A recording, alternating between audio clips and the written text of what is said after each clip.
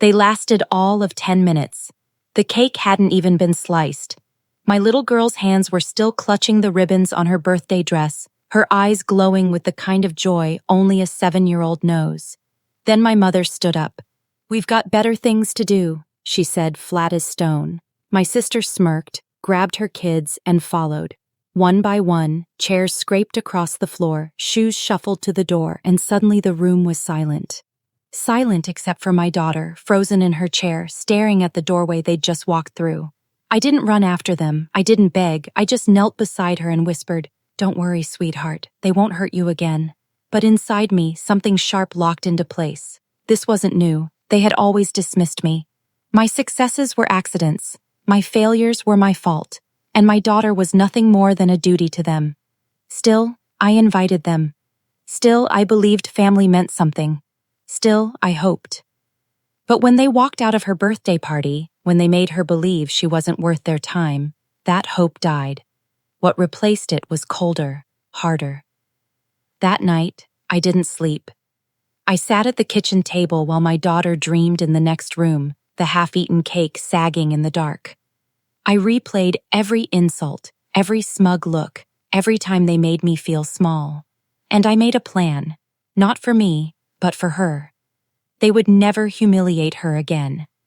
And if they thought I'd keep being the one they leaned on, for money, for favors, for forgiveness, they were wrong. Step 1 was simple. I cut them off.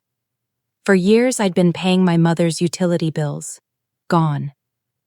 My sister's car insurance? Gone. The endless loans to cousins that never came back? Gone. By sunrise, every transfer, every auto payment, every safety net was erased. I didn't announce it. I didn't warn them. I waited. Step 2 was visibility. For years they controlled the story. I was the needy one, the pathetic one, always begging for attention. So I posted the photos. My daughter's beaming face as she blew out the candles, the glow of sparklers lighting her cheeks, the empty chairs lined up in the background. Caption: "She deserved more, but she has me, and that's enough." People noticed. Neighbors, friends, even friends of friends. And the question started. Where was the family? Why would they walk out on a child's birthday? The shame that used to cling to me now clung to them. By the third day, the calls started. First, my mother, her voice sugar-sweet.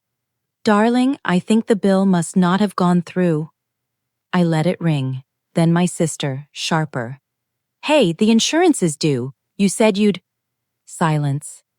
Finally, a cousin, panicked. "We're behind on rent. Just this once, please." Click. By the end of the week, their voices were strained with desperation. "Don't punish the whole family for one little mistake. You're overreacting. We didn't mean it. She's just a kid. She'll forget." But I hadn't forgotten, and neither would my daughter. It didn't take long for the breaking point. They asked me to meet. Same living room where I'd heard years of their insults. The air smelled stale, heavy. Their faces looked drawn, worn down. My mother spoke first. "We're sorry, we shouldn't have left, we just weren't thinking." My sister folded her arms.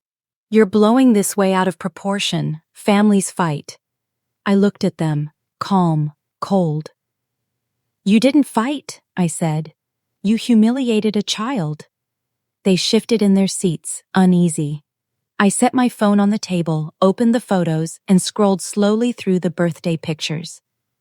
"Do you know how many people have seen these?" I asked. Their eyes flicked to the screen.